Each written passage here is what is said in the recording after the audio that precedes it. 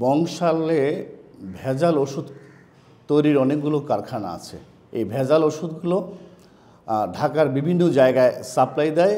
24 তারিখে ওর উপরে নির্মমভাবে তারা আঘাত করে এবং 5-7 দিন পর্যন্ত মেডিকেলে ভর্তি থাকতে হয়েছে। আপনারা হয়তো জেনেছেন, অনেকগুলো পত্রিকায় বিষয়টি আসছে এবং টিভি মিডিয়াতেও আসছে। 24 অক্টোবর আবু সাইদ কনভেনশন সেন্টারে আমাদের সমস্ত ঢাকার মহানগরী উত্তর দক্ষিণের সমন্বয়ক যে কমিটিগুলো হয়েছে তাদের প্রধান সমন্বয়কারীকে নিয়ে আমাদের একটা প্রোগ্রাম ছিল, কেন্দ্রীয় প্রোগ্রাম ছিল।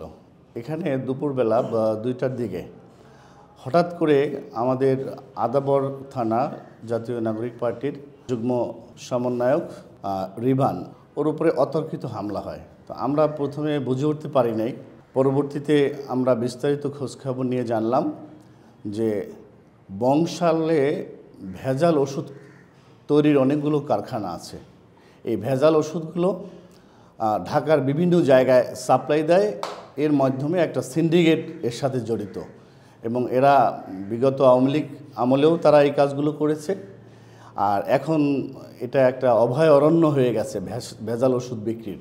আদাবরে একটি কোম্পানিতে, ওষুধ কোম্পানিতে ভেজাল ওষুধ দেওয়ার কারণে সেই কোম্পানি হাসিব নামে একজনকে আটক করে এবং তাকে জরিমানা করা হয়। তো সেখানে বিষয়টি যেহেতু আদাবর থানায় এরিয়ার মধ্যে পড়েছে, এটা আমাদের আদাবর থানার কর্তৃপক্ষ যারা আমাদের সাংগঠনিক নেতৃবৃন্দ আছে ওরা জানতে পারে। যাওয়ার পরে যখন সত্যতা পাওয়ার পরে ওরাও এটার প্রতিবাদ করে এবং তার পানিশমেন্টের জন্য তারাও বলে। তো এই বিষয়টিকে সেই সন্ত্রাসী গ্রুপ তারা ওকে বিভিন্নভাবে হুমকি ধামকি দিয়েছে, কেন তাদের পক্ষে কথা বলছে। এক পর্যায়ে তারা 24 তারিখে ওর উপরে নির্মমভাবে তারা আঘাত করে এবং 5-7 দিন পর্যন্ত মেডিকেলে ভর্তি থাকতে হয়েছে। তো আমি বেসিক্যালি ঢাকা মহানগরী উত্তরের সিনিয়র যুগ্ম আহ্বায়ক, আমি সকলকে বলতে চাই এবং কর্তৃপক্ষকে বলতে চাই, মানুষ অনেক ভেজাল খাবার খায়, কিন্তু ওষুধও যে ভেজাল হয় এটা আমরা জানতাম না। যা মানুষ অসুস্থ হলে ওষুধ খেয়ে ভালো হবে, কিন্তু এখন ওষুধ খেয়ে মানুষের মৃত্যু হয়।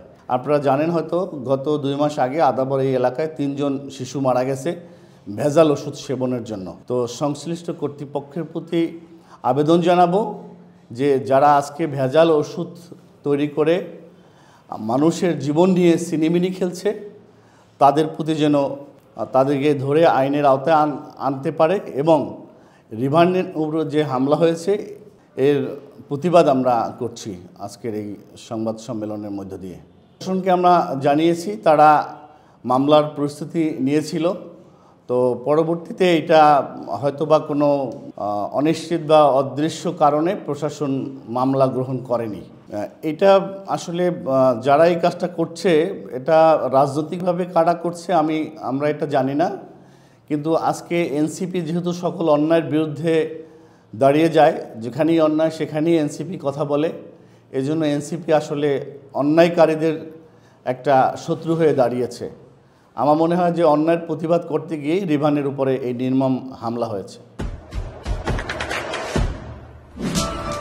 দেশে দেশে সবার সাথে দ্য নিউজ।